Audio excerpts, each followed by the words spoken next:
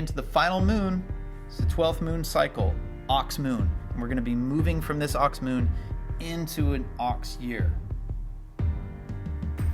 So I had to call up Seanan, figure out what any of that means, and I'm pairing it up with the big three. I haven't done the big three for a couple weeks because I started a project, kind of a remodel, so I can have better workflow around here. 2021 is a new chapter of bringing everything into what I call the Matt Lucas Living Room Simulator. I'm going to be doing mobility, flexibility, strength training, and all these sequences that are for everybody. Last year was all about the things that are specific to me, the 5 elements of practice, really diving into the Yama series and putting out these things that you can't get from anyone other than me. But now we're going off into the places many of you, if you've ever taken my courses or if you've ever taken classes with me, the shin boxing, the mobility stuff, the animal walking, but I'm putting it in the living room simulator because it's all about, can you do it in your living room? Not everyone lives in a dojo like me, so I went ahead and built out a little living room. Go to the website. I just redid it. I'm adding a lot more courses right now. The living room simulator is going to be its own subscription, and I'll tell you more about that once I get it really going. I want to front load it to where you can at least have a good 6 to 8 week program right out of the gate. But let's see what this new moon is all about. This is Total BS Wellness. I'm Matt. Hope you're staying safe and inspired. Let's do this.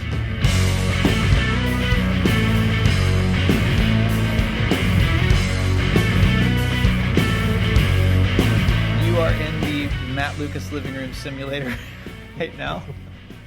That must be where the coffee came from. Yeah, Cheers. yeah. Cheers, man. I just finished the hip mobility stuff, so it's just a bunch of exercises and stuff that people can do in their living rooms, because I realize a lot of the things that I do you might need a pad on the floor or something like that. But with this work, you're not going to need that. And so it's just kind of doing stuff like that. But cool, man. All right, so we're leaving. I tried to intro this whole situation. I tried to intro it. But it could just be the hello. We could do the wave together. Yeah. We're just leaving a moon, going into a new moon. And right. That's all I know. And that's where we are. And this is the final moon of the year. That's right. Yeah, this is it, folks. This is the last moon of the metal rat. And it happens to be an Earth ox moon. Mm-hmm. The last moon. The last moon was an Earth rat moon. So it was double rat for a little bit of time, and now it's ox. We're going into ox, which is the 12th moon, and it's the oxiest ox, being that ox is natively Earth. Okay. It's an Earth ox moon. So it's there should be, contrary to what we see in the world, there should be a lot more stability offered to the situation. But to be honest, like, it's kind of like a place of bedrock. We reached this place of bedrock. I've been studying for this a little bit because in some ways it's kind of a warm-up for the year. Okay. In fact, some of the indicators illustrate that spring is going to start early. So in the last week of the 12th moon, spring will actually get a premature kind of a head start. And given the fact that it's an ox moon and we're going into an ox year, there is a kind of a feeling that we're sort of warming up for more to come. So I do feel like the 12th moon, not to get people too excited, because again, this is still a winter moon. You know, stillness is still a good idea. But the Earth ox moon, the ox moon in general, serves as one of 4 pivot points for the year. There's 4 of them. Count them. So there's dragon, right? So there's dragon, and there's goat, and there's dog, and ox. And each one of those moons serve as a kind of pivot point for the year. There's a kind of a massive calibration, more like kind of inhaling, getting your breath, getting the chi together and stabilize before you take the next step into the next season. So obviously we're going from winter to spring. Mm-hmm. And so this is like a little bit of a collective inhale, exhale, relax, get ready time. But it's still a winter moon. So defaulting to stillness, defaulting to more rest, not trying to take things too hard or too seriously, still a good idea. Right. So, you're not nowhere near the freshness of spring, but it's a little bit tricky because you might think that, you got a little bit more strength, so it's time to start running. And generally speaking, you got to walk before you run. And so we've been horizontal for a while in winter, in the depths of winter. And it's important to take it slow. It's really important to take it slow. Mm-hmm. There's a few different philosophical terms that really flesh out this idea about like what is important and what's important to focus on in this moon as we prepare for spring, because it's a little bit of an anticipatory time. My favorite metaphor that Ming uses all the time is like we're all kind of huddled behind the couches ready to yell surprise. It's like, so there's this kind of anticipation and there's this kind of collective, okay, we get ready to do something special. The way I describe it is like, it's kind of like having hope before you've fallen down. So you haven't stumbled yet, so your hope is still a little bit fresh, Yeah. And that's not intended to be like negative or anything, but it is true. Hope before you actually stub your toe and break your nose is actually a little bit nicer than, after you do it and recover. So there's this kind of anticipatory energy that comes with ox. But there's some really important steps that we can take in our self-cultivation that actually, it's a really important check-in time too, I guess is what I'm trying to say.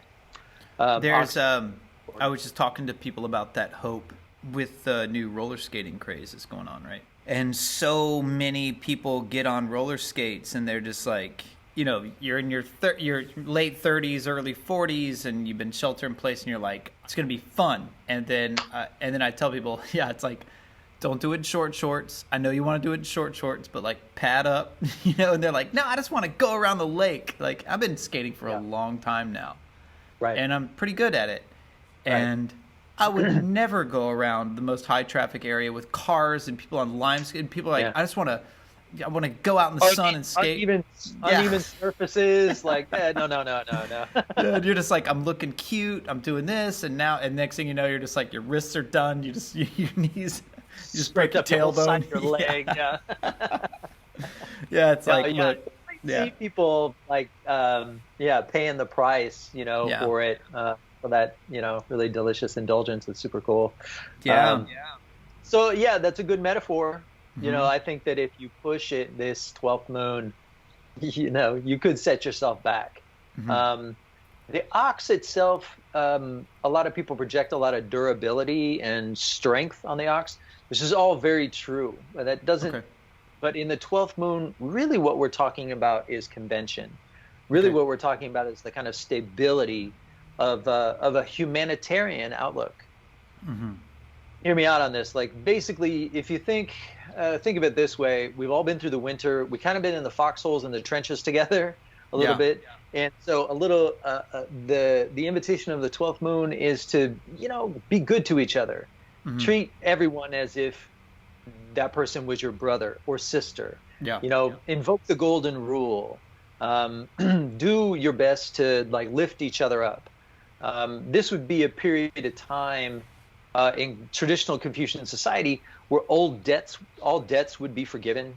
And it's really about trying to forgive and forget, because essentially what we want everybody to collectively be able to go forward. And the way we do that is we give everyone what they need. We really actually trying to work in a communal way. It's not very democratic, obviously, because it's an ox, but it's very strong. It's very interested. The chi of the moon is interested in fairness, in justice, and it's a very protective kind of chi. It also can be somewhat authoritarian. Think like a strict father kind of thing. So we're not thinking about like having a meaningful get together where we can kind of explore our innermost feelings and thoughts. It's more about like, okay, what do you need to go back to school? Yeah. Yeah. What do you need to get started on the path that your aspirations are in? And so that's what I mean by like that kind of convention that comes with, you know, having a strong family, you know, with like strict boundaries. It's really important to reinforce those boundaries, to actually mind your manners and be good to strangers, because there are periods in this 12th moon where yin is basically it's cascaded, it's gone as far as it can, and spread like lava, and now it's like crumbling. So the recession isn't like an orderly recession. It's like a caving in. And so things get hollow, potential for illness and contagion increase. We become more vulnerable during the ox moon, not less. The recommendation of the ox moon is, you know, mind your P's and Q's. Like actually be a good presence to other people, to anyone. Just be in your own integrity. And then that would allow you to not necessarily be kind of taken over by the hollowness of yin as it retreats.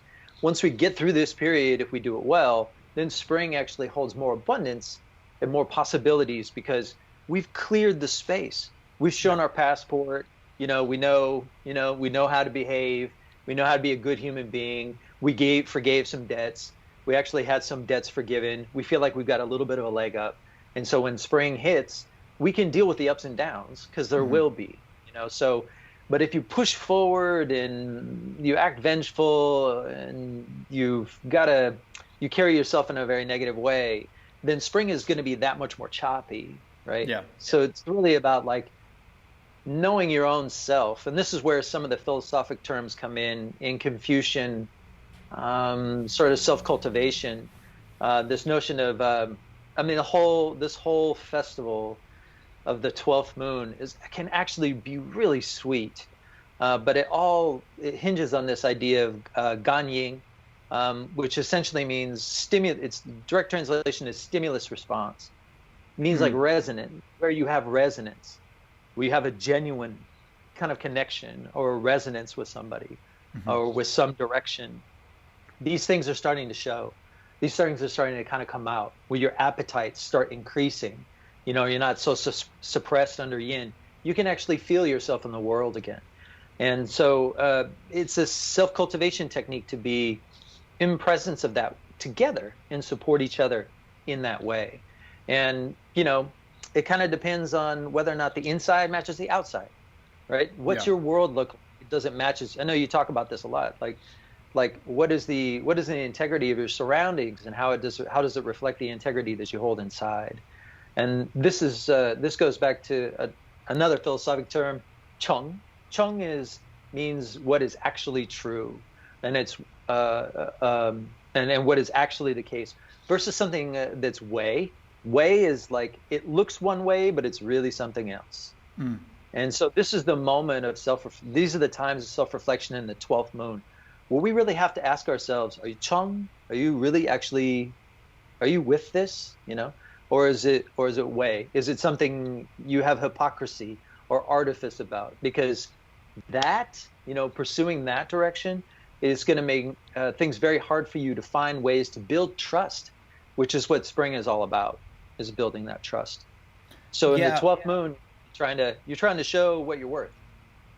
I remember me and you might have actually talked about this, but there's a moment, you know, a long time ago.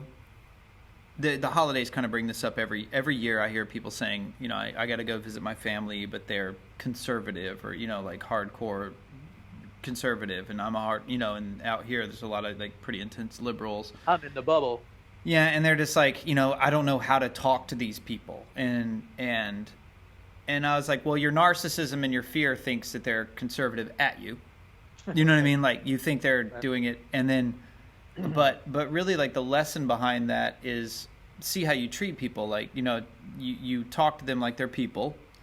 Right. And then also the metaphor is look at your parents most of the time, unless, like, you know, we've just been, like, crazy abused and they just beat the crap out of us. Most of the time, there's your parents might be conservative and they held it down to where you can go off and be super liberal, right?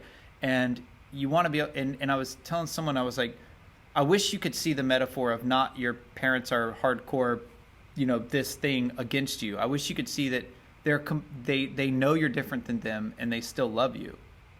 Like, and they still invite you over for dinner, and they know the conversation might get heated, but it doesn't matter. They're family. You know what I mean? Like, I know so many families that are that way. Yet when we're out here in the bubble, we're like, oh my God, I got to go back, and these people think differently at me. It's like, no.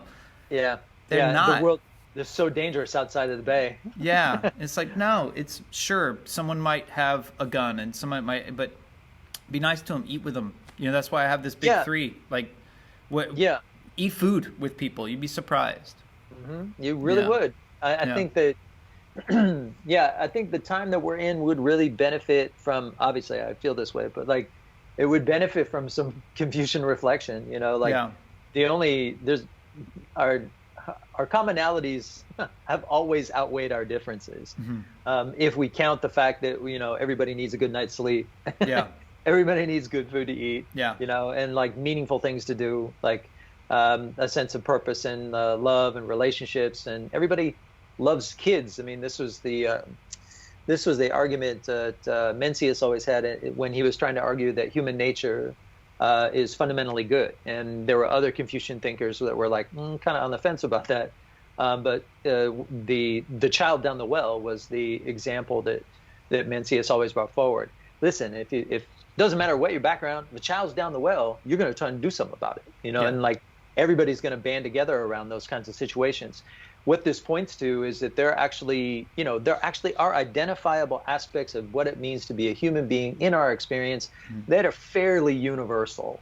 And the difficulty that we've had from my humble seat is that we haven't really spent a lot of time talking about that, and not spent a lot of time talking about like, whatever common issues that we have on those like fundamental just experience levels. And the 12th moon is the time where that is like front and center, in a very, very meaningful way. I was just talking to some of the guys in that they do a pretty intense job. Those people that are in kind of the human trafficking world, right? And they're really into this situational awareness course. This one guy, he's really promoting it, and it came down to this one point where I was talking about the problem is there technically is right and wrong in a social construct, but the second your social construct pops over into tribalism or it's us and them, there's no more right and wrong. And and I was talking to some people, and they're having a hard time wrapping their head around it, but like I was first describing, like the reason why you need this mindfulness course is it's not about looking around and seeing what danger is. It's understanding how your emotional intelligence affects your decision making, right? Because when you enter into a state of now it's us and them, then what's right for you is wrong for them. What's right for them is wrong for you. So technically right and wrong doesn't exist anymore, right? That's why, it's like, and I use nature. So a social construct has those right and wrong blankets, the litigious blankets that surround us all. But when you go into nature, there's the wolves eating the deer, and they're bringing it home to their children. Yeah, they're bringing it home to their children, and the kid's like, awesome, baby deer, and then like, and then the deer mom was like, shit, you guys just ate my kid. There's no more right and wrong, because like the wolves are like, we're feeding our children, and the deer is like, shit, I got to go make another kid. You know what I mean?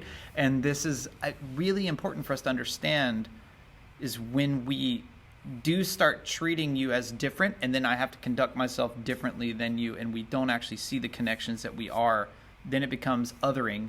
And then othering, once you agree to othering, right and wrong no longer exists. Mm-hmm. And because it only exists for your crew, and then theirs only exists for theirs. And if we can find those commonalities of we all need a good night's sleep, when it's cold we want to be warm, when it's raining let's be dry. Shelter. Yeah. We can always meet there.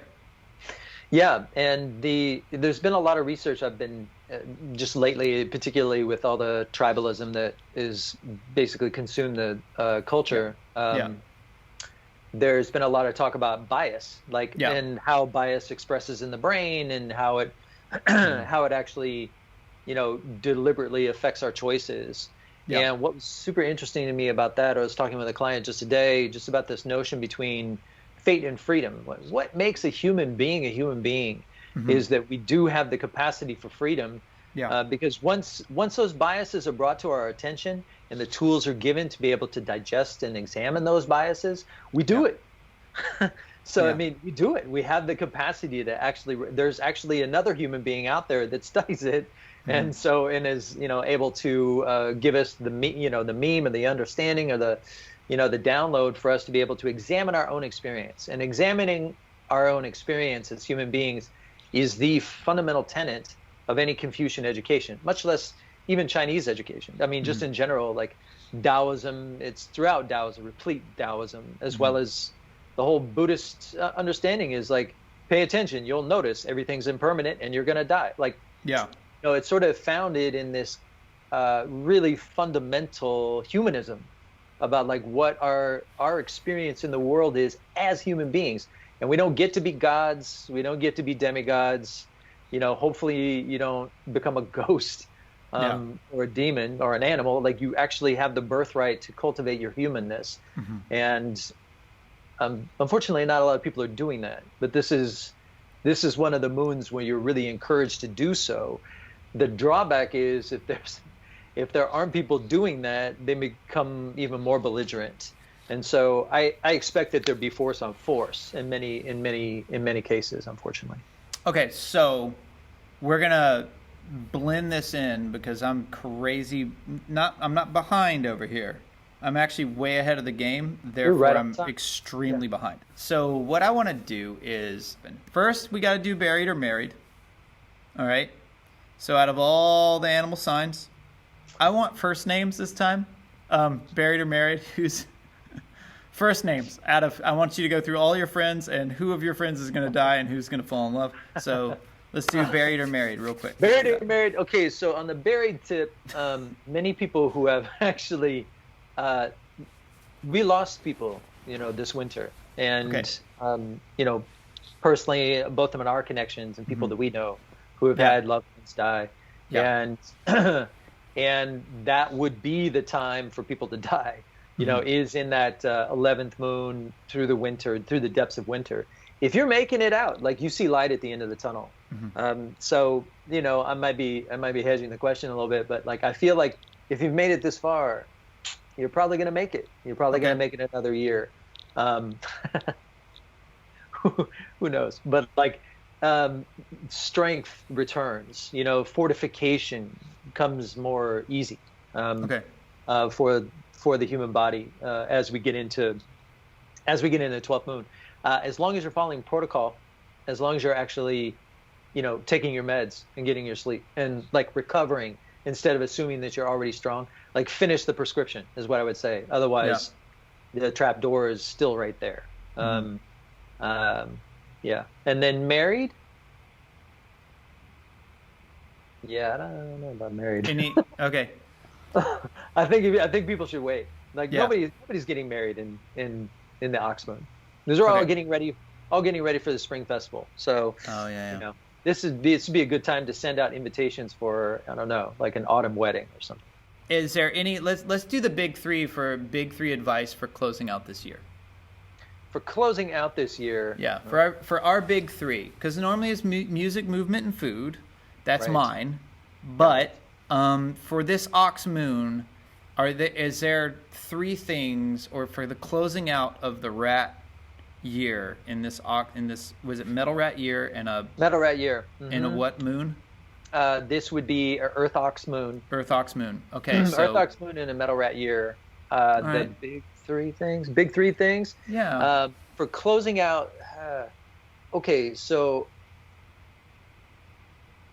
So the sequence of time when you're talking about the transition in the moons, Spring Festival is like a rebirth in a way. It's like a restarting in the machine.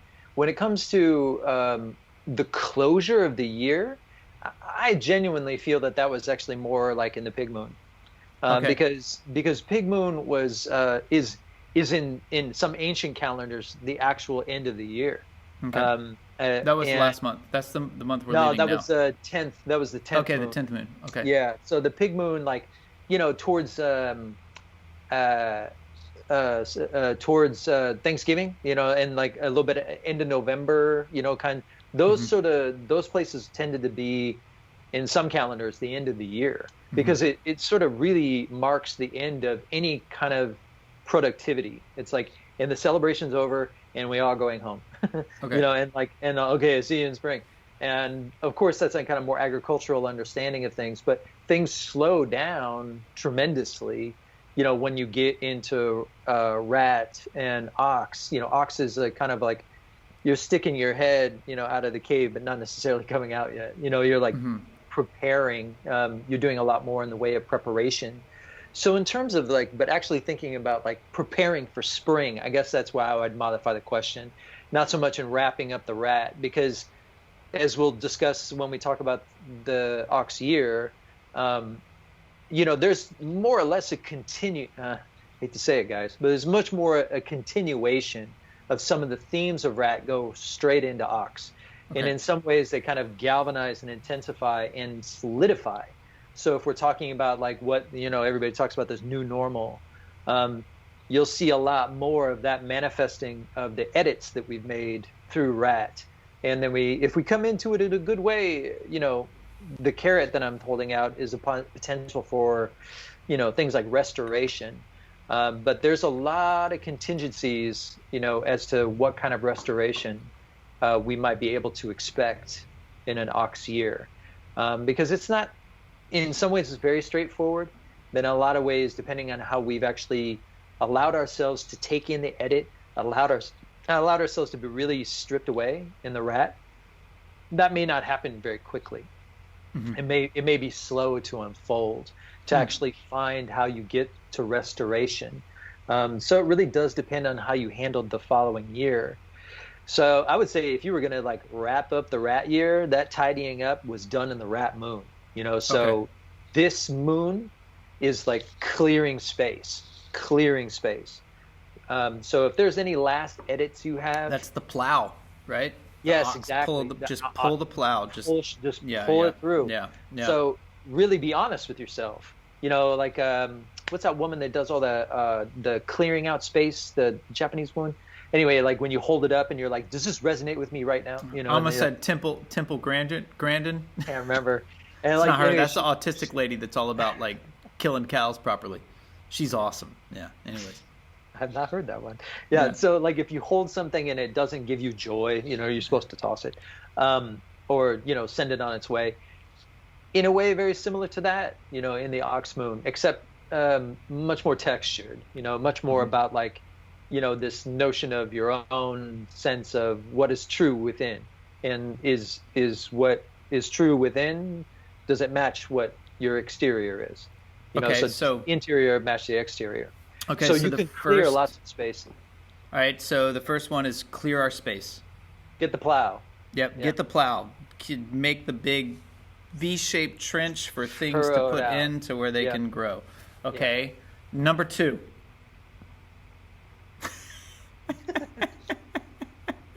The second thing I would do, the second thing I would recommend for someone in the ox moon is reconcile, forgive and forget. Like actually fucking reconcile. Excuse my language. Like get a hold of people that you've been in a difficult place with. Step up, like actually really have heart to hearts and reconcile. Don't have to reference the events that are surrounding you. You can actually just reference your own heart and like be clear about how you feel with people and how much they actually mean to you, even if you have major disagreements. It's foolish. Okay. It's just a game. Like what's actually residing between the two of you? Because if you can actually recognize that and you can nourish that in that moment, then you have a lot more potential than just referencing the conditions outside of you. Because the conditions outside of you are always going to change. But the relationship is, say, between family or those people who are deeply invested in each other and have that kind of resonance, like a deep resonance with each other, it should be recognized, because that that's a bond that should be treasured. I don't know. For some reason, when you said step it up or step up, it just made Step me up. think of the street dancing competitions, and but that technically is it. It's just like, yeah, you can disagree, but there's always something. It's like there's always something that you can come around. There's always some way that, And more than that, grudges and resentments hold you back, Yeah. and they hold the other person back too. yeah, yeah, So it's there's no time for that. You just No. came out of a season of death. You should have some perspective. yeah. Okay, 3. all right. It's number 3. What's number 3? Buy So we- Bitcoin. No, I'm not. I'm teasing. Yeah. I crack up because a long time ago, I think in 2016 or 17, it made that big, exploded, right? And what am I? Someone asked me during the holidays, they're like, man, no, Bitcoin's not moving during this time, and I'm like, well, it's religious holidays, and so people are at home with their families. They're not buying heroin and children and missiles right now. They're just at home with their families. Yeah. And I wrote a thing called, "Hey, you remember that time someone bought something other than heroin, people, or missiles with Bitcoin?" And I was like, "Yeah, neither do I." Is that what people buy that with? I mean, it's dark web shit, and it's, that's true. now there's always like some dude in Silicon Valley, like, actually you could buy a thing, you Yeah, could go to this yeah. one weird obscure Yeah. coffee shop that'll take, Bitcoin, Right. but Right. really it's just how you're gonna, it's how you're gonna get heroin from the Taliban, it's like, do you want to buy a missile? You could definitely get it with Bitcoin a lot easier, you know what I mean, stuff like that. So, I mean, there's other ways. It's definitely getting more mainstream and normal right now, but I just think it's really funny how like the more revolutionary and the more like questionable like life gets, like Bitcoin just soaring, and I'm like, yeah, that's because everyone's buying missiles and heroin and people. It's like, Well, and that's Yeah. the insecurity of structures, right. and that's I think that it's difficult. It's a difficult time for me to say to people, invest in institutions. Yeah. Nobody wants to hear that, but that might be my third step. Yeah. That might be the message. The trend for the next few years is more difficulty. And Yeah. that could very well definitely will be the case this year, more difficulty again with this. The people not in this place of self-reflection and can recognize commonalities, then it becomes like an entrenchment. It becomes like we've dug our lines in, and it's force on force. And there may be Right. quite more demonstrations of force on force. And to be honest, this is plenty of reflections about the nature of revolution. And the nature of revolution is hardly substantive. Yeah. But rarely is it ever substantive. And the nature of revolution is very often not in perception of what real power is. And Right. real power is institutional momentum.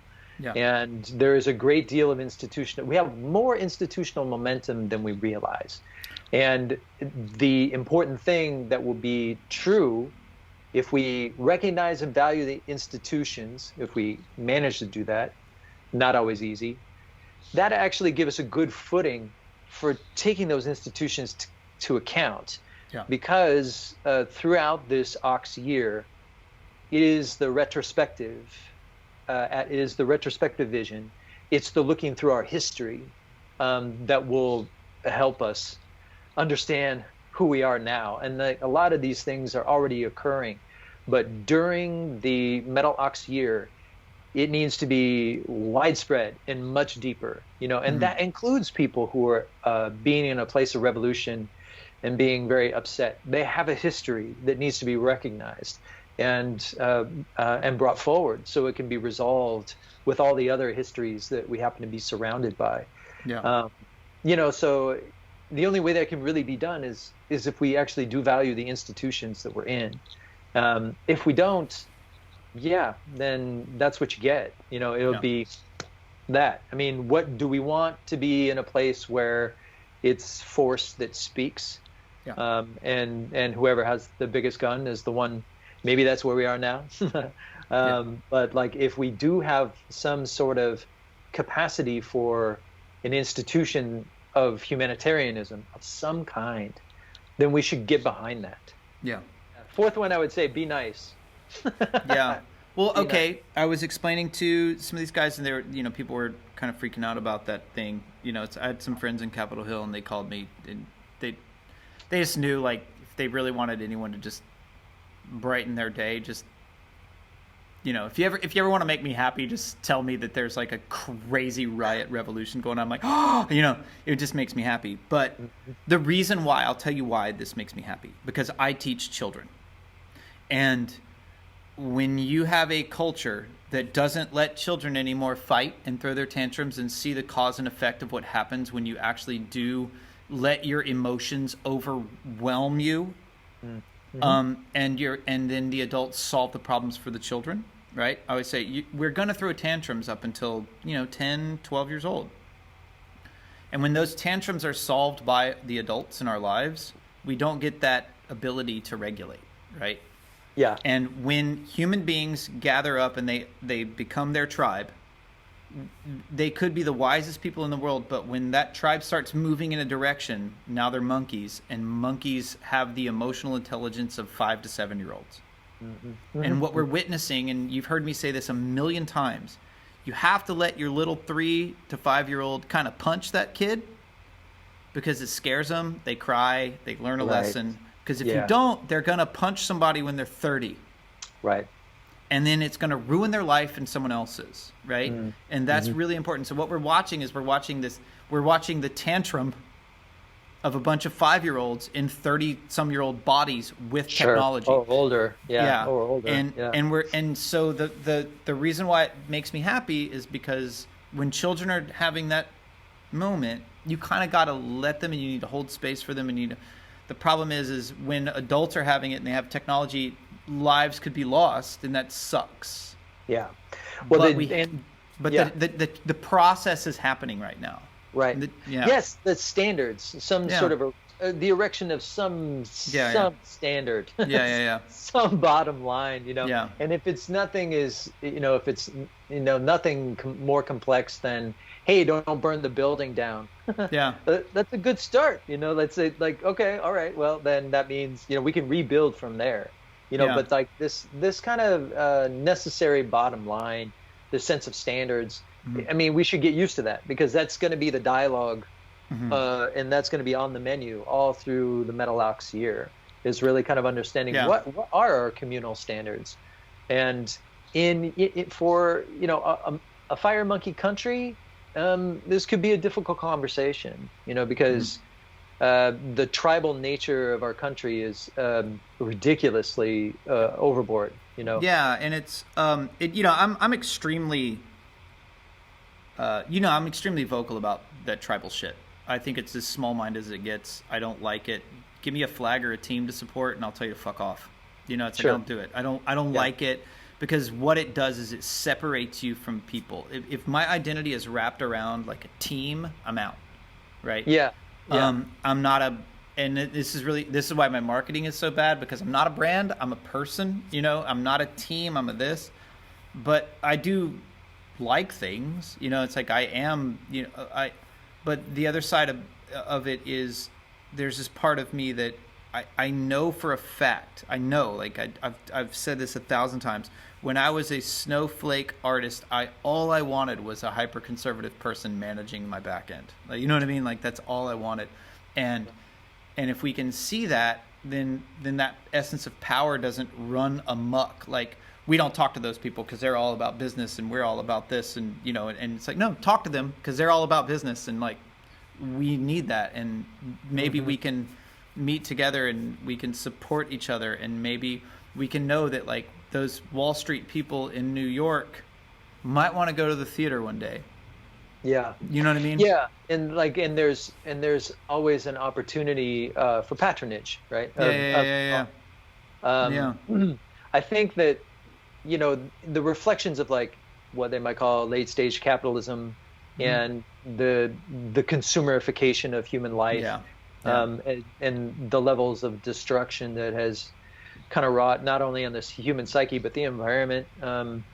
I think a lot of those. This would be a great year to revisit those things. Yeah. But just taking it back to the 12th moon, this is kind of our building blocks.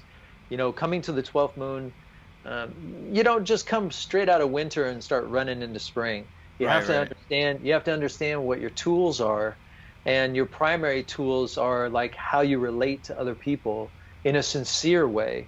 Yeah. And part of, understanding the potential for, reinvention of self. That's spring. That's the reimagining, like we were talking about the hope before. It's right now, little, yang qi is like learning to walk and crawl, and grandmother Yin is starting to forget his name. They need guidance. They need guidance and nurturance to get up and running. They need building blocks to understand what they're doing. They need to throw tantrums to understand consequences. Yeah. They need to have some kind of guidance. And that's really what the 12th moon is all about, is reinforcing and enforcing that guidance. Even if it means like tough love. Sorry, kid, if you don't have enough money, you can't ride the ride, go back and work some more, like those sorts of lessons. This reminds me of like several conversations I've been having about generational differences. And it was brought to my attention, I'm really grateful for this, about, everybody gives shit about the boomers, including me, but at the same time, because they deserve it, but at the same time, they also were of a generation that understood sacrifice. Yeah. Like that they will give themselves to something, and perhaps pathologically so, and sending along those kind of pathologies to their children that they need to sacrifice in an economic system that actually, in late stage capitalism, that's no longer serving their sacrifice. Yeah. But what they knew, what the boomers knew at the time about sacrifice is that sacrifice does pay off. And, so you got to hand it to them on that, because they're willing to take the lesson and to grow from it, even if it's a really terrible lesson. Well, and that's what I was saying about that. That sacrifice is the reason why our generation, we can be so weird. Yeah, exactly. You know what I mean? I had that meditation a long time ago when I was like, it was when I was performing, and I was like, oh yeah, adults hold space and children take it up. And I realized that while our generation, we're running around snowboarding and Burning Man and all this stuff, the reason why we can do that and we can be children is because there are still people that are sitting back in the homestead that are making sure that, the lights stay on and the bills, there's that. And the reason why, that, you could latchkey kid it and smoke when you're 10 and, get second base your life, and you could do that because they're, it's like, of course your parents because they're working and paying the bill. Yeah, because exactly. And they're not home. Yeah. That's really important, and there's something to be said about that. I mean, regardless of whether or not the economic system holds up. Yeah. The ethic of that. Yeah. Is something that we're kind of missing a little bit. And that's the opportunity for this year. And this shelter in place, how many times have you heard me say, don't spend your money on vacations, spend your money on little things that you can make your everyday joyful, right? And therefore, and then all of a sudden shelter in place happens and we're sitting around and we're like, oh shit, like I go snowboarding every year and I do this out, and all of my joy is spent around, like consumption. Hold on. My battery is dying. But if it's spent around consumption, like how do we have these little day-to-day things to where I can actually create and I create the life that I want. I create that homestead that is working itself. It's really hard to do that. My poor computer keeps unplugging itself. Here we go. And bam. Okay. So that's our big three. You did good. Thank you. That, and I mean, this month I'm really pushing that situational awareness course, or the situational mindfulness course. And I'm doing it around, if we talk about that tantrum and treating people well, Right. I was talking to these guys about how emotional intelligence and like even high level tactical training, it's not about shooting, and it's about creating allies and making decisions. And I love the idea of the weapon, because, starting at the hand, like when you throw a punch, you made a decision. And that decision has an intention, that decision has commitment, and that decision is going to create something behind it, right? Sure. Yeah, it's going to change the scene. Yeah. And then the samurai used the sword to represent a decision, where it represented not only life and death, and you were going for one decision for one kill, but Right. it also, the way you actually conducted yourself during that actually spoke to, if you were heading back to your village, if you didn't do it with honor and respect, then they might not let you back in, right? So then that decision reflected on your entire village, right? Yeah. So this is. I'm sorry to interrupt, but this is Chung. This is what you're talking about. This is Chung. This is that kind of, does. It's one thing to. Okay, you're motivated by external circumstances. Somebody's coming at you, right? Yeah. So it's one thing to, you do the Indiana Jones. Yeah. You shoot him. Yeah. And everybody in the West goes, yeah. That's very smart. And the more subtle thought process is, how terrible. Like, you won, but you didn't really win. Yeah. You didn't really. You didn't actually participate, because there wasn't this kind of self-cultivation process. Yeah. Nothing against Indy. I think he definitely won, but just because it belonged in a museum. It's true. But it is this notion that I may be motivated by external pressure to do one thing or the next, but it's always my digestion of that situation that actually makes my action, not the external situation. Yeah. This is what Chung is referring to. So it's basically the basis for, what does Shunzi say? Shunzi says it actually, it's the Chung is the ideal position for nourishing the heart. In other words, knowing ourselves. It's the ideal position for influencing others, that people see my genuineness and they're interested in following. And it's the ideal. It's the ideal for ruling the country, because if you know that my decisions are, generally made in the best interest and for the good of everyone, like, you'll follow along. But what do we have now? We have, second guessing every move because we feel like everything is corrupt, and it's very difficult to actually secure any kind of integrity in an institution because we're convinced that everything's bought and paid for. Right.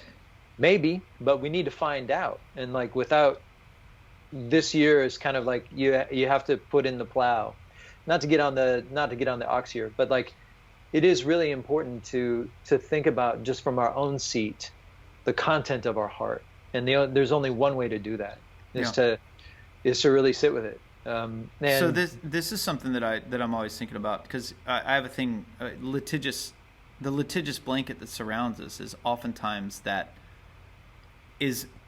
oftentimes a organization's loophole, because social constructs, people thrive in social constructs if they know how to manipulate the loopholes, right? And when we throw that litigious blanket over it, it oftentimes takes away a lot of the responsibility of the decision that you're making. Like, okay, I'm going to give you this gun, but sign this thing because I wipe my hands free of this, right? You know what I mean? Like, that's so absurd, right? Yeah. Like, I'm going to sell you this thing, and I'm going to, it's like, I'm going to teach you martial arts. But it's like, I'm going to teach you martial arts, right? Like, that's why I love the martial arts teacher. Like, when I teach you martial arts, if you're out there being an asshole, it's coming back onto me, right? Exactly. Yeah. Exactly. And yet, but I can sell these crazy weapons that all you need is a finger to take a life. Like, technically, I could try to kill you with my finger, but I'm going to have a really hurt finger at least. You know what I mean? It's like, what the heck? But the litigious society has given us these weapons that have removed our decision-making process. So you have to literally consciously seek to make a cleaner decision. Like the decision-making process of a gun versus a sword versus a knife versus a stick versus a hand versus a word, right? The decision-making process, it's funny because like the decisions of our words, it has to come consciously, and then there's could be back and forth for days. And you have to show intent. Years. Yeah. Like, you have to do all these things. No, I mean the that's such a deep topic, because then it goes to what you consider the nature of law to be, and that's why there's been such major differences between legal systems around the world. For the Western legal system, the object is to win. Yeah. That's the object. And when you say that out loud, people go, yeah, well, of course. And like, well, think about it. Yeah. What are you winning? Is that what you really want the object to be? Yeah. Oh, well, it's just whoever makes the best argument. You could go all the way back to Plato on this, about the differences between the philosopher and the rhetorician.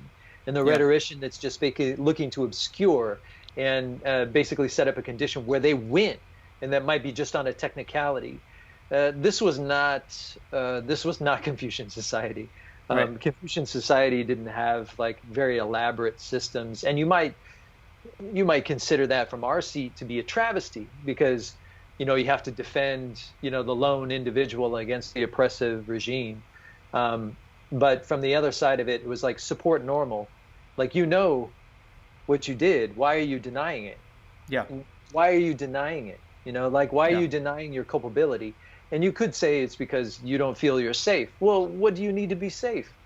Because it's not about truth. I mean, even Chung could be translated as what is actually the case or true. It's more about like, get it off your chest, bro. Get your conscience clear, and that is also really the invitation for the 12th moon, is like, get your conscience clear, so that you can actually be an effective, genuine and supportive presence, not just to yourself, but to everyone. Like, get outside your selfish bubble. And that's unfortunately, most of our legal system is about supporting a selfish bubble, rather than seeing the big picture of how, your actions integrate with the rest of society. Because bottom line is, we're not a collection of individuals. Right. We're not. Right. We're a collection. We're a society. We're a group of human beings forming an organism. That we call a culture, and we should know how to take care of it. And there's some fundamental bedrocks of how that looks. So we are going to do the new thing, the new year. And it's going to be an event. Sorry, it's going to be a course. Not a course, but like a thing that I'm selling on the site. And we're going to pre-record it. I'm going to put you in this. I'm going to put you in the living room simulator. I'm going to make you pop. It's going to be cool. I would love to see the live stream on the 13th, if possible. Okay. We can do it. I was down also for the 13th of February? But I don't know if people would want to tune in on Valentine's Day. That's the day Jesus lost his virginity, isn't it? Sounds good to me. That's it reminds me of this song. I had this song a long time ago. It says, what was the lyric? I'm doing a thing called A Wise Band Once Said, and it's all like these lyrics. Nice. But I remember writing this song. You have the best catchphrases, dude. And thank you. And the lyric was, "Hey Cupid, I shoot back." I'm gonna borrow that one. It's what lyric of like one of my songs from like the early days of this new band the end days of Woman, and then kind of between when it was just me and Chad playing, I wrote this song called "Hey Cupid, I shoot back." I really like that. That got me super nostalgic. That's also something about the 12th moon, nostalgia. Oh yeah. Yeah. It just got me nostalgic for Woman. Such a great band. Yeah. That band was really fun. Such a great band. Yeah. I mean, It was. I admit it was going where I wanted it to go. We were the band that I wanted to be. Sorry, we were on the path to being the band that I always wanted to be.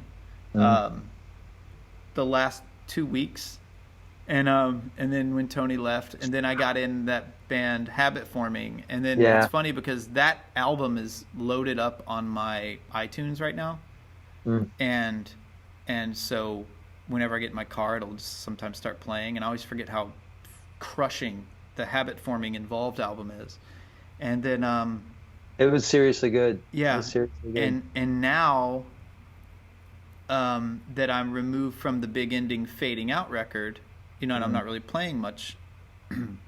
That came on the other day, and I'm like, oh shit, I'm kind of a fan of mine. It's like it takes me a little while to like me.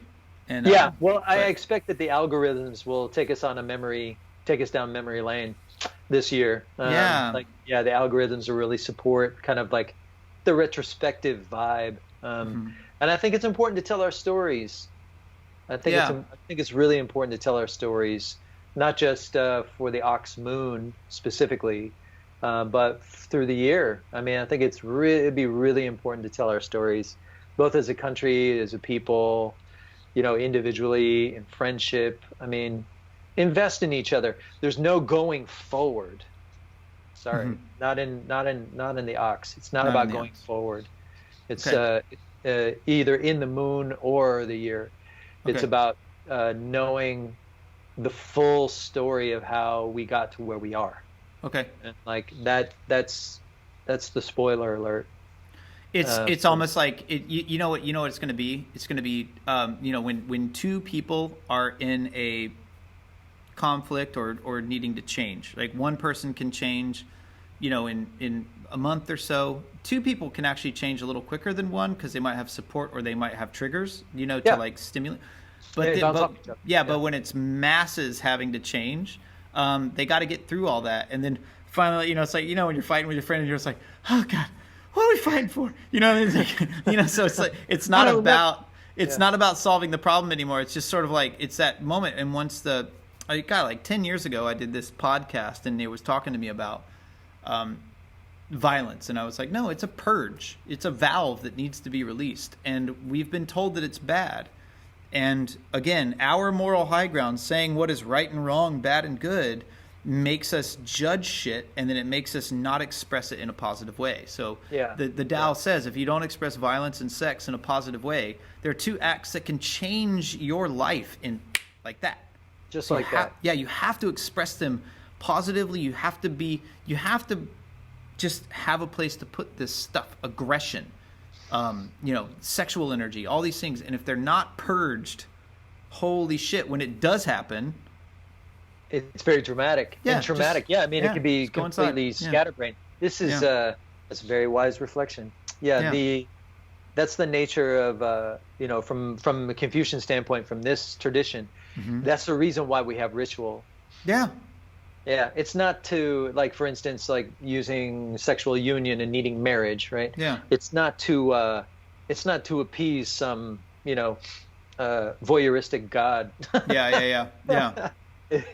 It's really to actually ensure that we have the proper mechanisms for attending to the eventual new being that actually comes out of the good time. And it doesn't necessarily even have to be the two people who generated it. That's the reason why we have generations. Yeah. We have multi-generational families, like living in, the same general area.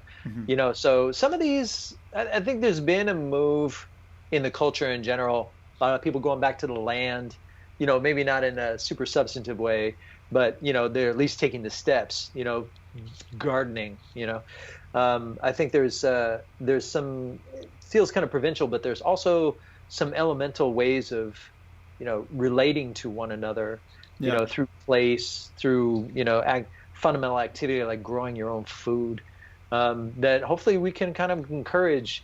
I mean, a lot of people are broke and they're moving home, but like, I think I don't think that should be looked down upon. I think that should be enhanced in a way. Like, we've been talked a lot about this 12 years ago in the transition between in the last ox year we'll talk more about this at the presentation.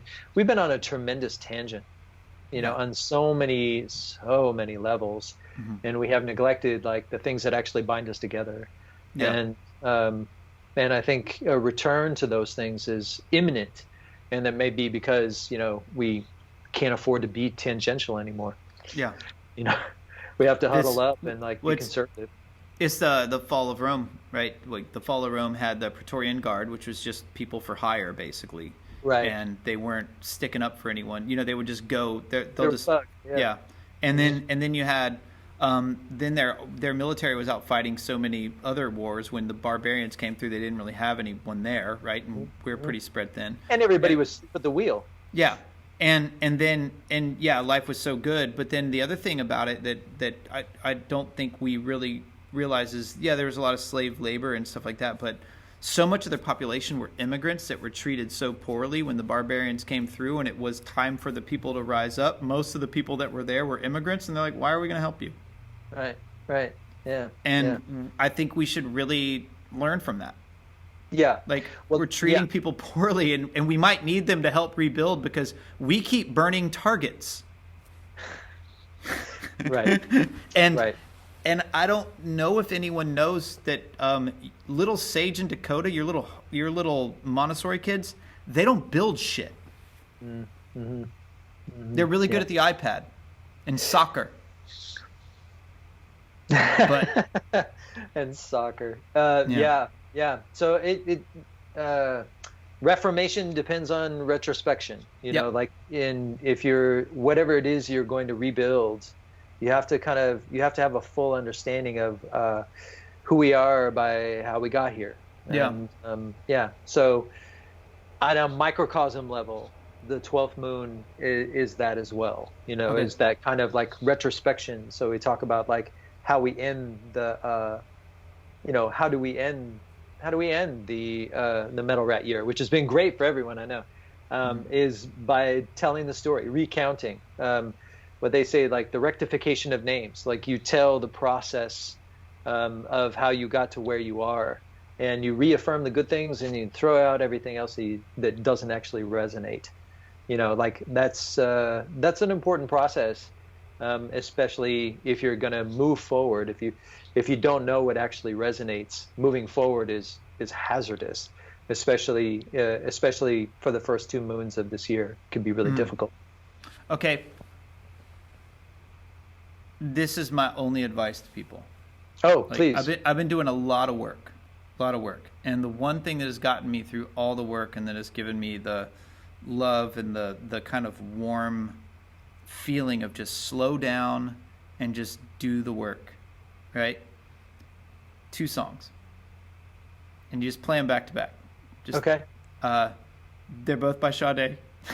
Sade? Oh, and well, then you got perfect. And if you just go from Hold On to Your Love right into Ordinary Love. Instant Satori. That woman is, come on. Sade. Come on.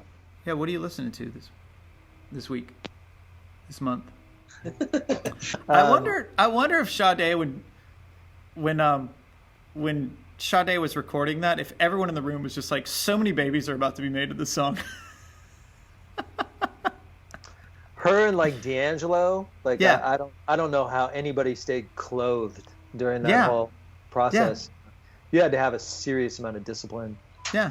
That's all I'm saying. I don't know. Like, what have I been listening to? It's funny. Like, the Spotify does like all your favorite hits from 2020. And so I listen to that. It's all Gucci music. Oh. Which is weird. It's just sort of an ambient thing for me. I've really liked Broken Social Scene lately. Okay. And Tortoise. Always. I went back to Tortoise for a hella long time, and through the winter, Tortoise is just like the best music. Yeah, who was your number one? Who was the person you listened to the most?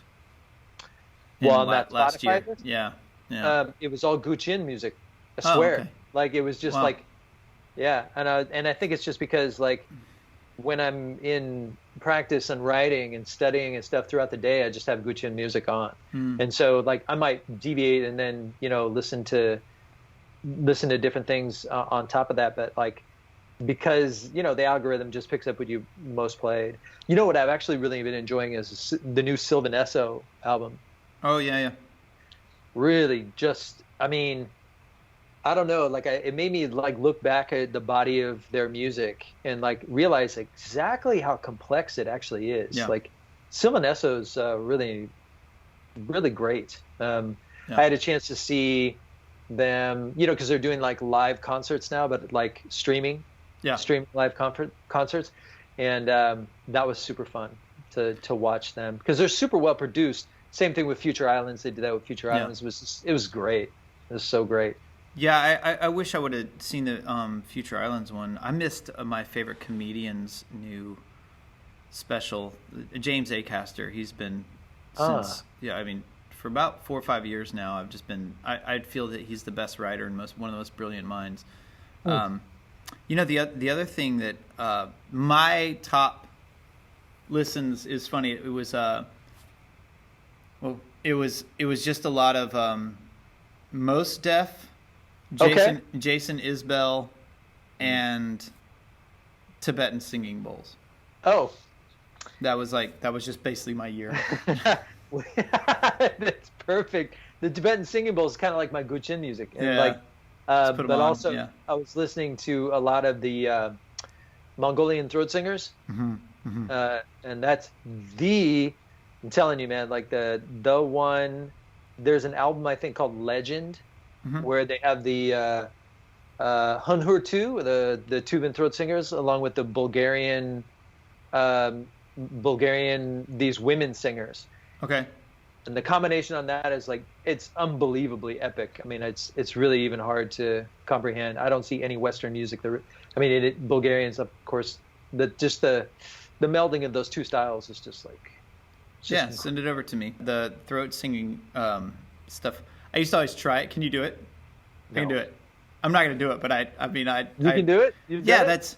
That's how I would stay awake. There's a couple, if people want a life hack, here you go. How to stay awake on road trips. A couple, big three. Here's my big three on how to stay awake on road trips.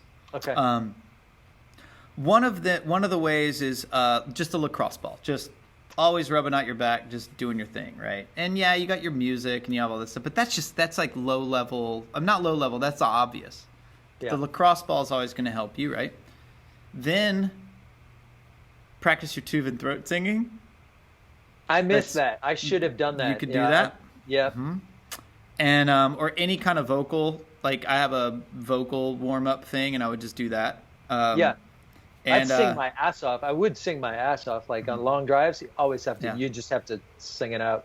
Yeah, but do the exercises. The exercises are better. And then the other thing that I would do is 1 minute as fast as I can hand squeezes. I'd just sit there and just do this. And I would just sit there and just keep alternating. Yeah, and just back. Oh God. That's like crazy. This is I'm feeling it. Yeah, it's like I'm doing this, and every time I do this, I do 3 Kegels. I'm just kidding. Road trips, because one time I was with Tony and we were driving. We were doing a little tour thing, and we were coming back from it, and we were in the truck with the trailer, and I fell asleep and woke up just going, 75, 80 miles an hour down the median in a truck with a trailer on, but and ever since that moment, I've never fallen asleep behind the wheel since. But holy shit, that was crazy. All right, I gotta go get some chicken. Yeah, I bet people when they tuned in for this, they didn't expect to be in this. I'm telling you, big. These are all the life. I have the Matt Lucas quick guide, and I'm putting all this stuff out. Like 2021 is. I have a really great business coach. I just totally redid the whole site. The whole site has a new kind of look, and it's going, and I'm bringing it into more user friendly. So we have the premium stuff, and it's like basically $200 a year, $199. But then I'm going to do the living room sessions, the living room simulator. So if people want that, they can just subscribe. It's going to be a lower tier, But I'm going to have like different things, like You want to get strong, this is your thing. You want to get flexible, this is your thing. But if you want everything, you go for that. Yeah. So I'm back to doing like one-on-one like streaming stuff, but only 30-minute sessions. Like you get the course and then I walk you through it. It's just cool. Like it really works. Yeah, I think it's important to pace ourselves, especially because it's not quite spring yet. But you got to get your ducks in a row. Yeah. If you really want to take advantage of spring, for sure. So it's great to hear the space is coming together again. I'm really excited to come down. The living room simulator is intense. I've never not been especially all through the rat year. Like you've completely redone that place over and over and over again. And yeah. So when people actually get a chance to actually come check it out again, I think it's going to be, they're going to be pretty blown away. Yeah. I highly recommend it. Mm-hmm. All right, man. Love you. Love you too.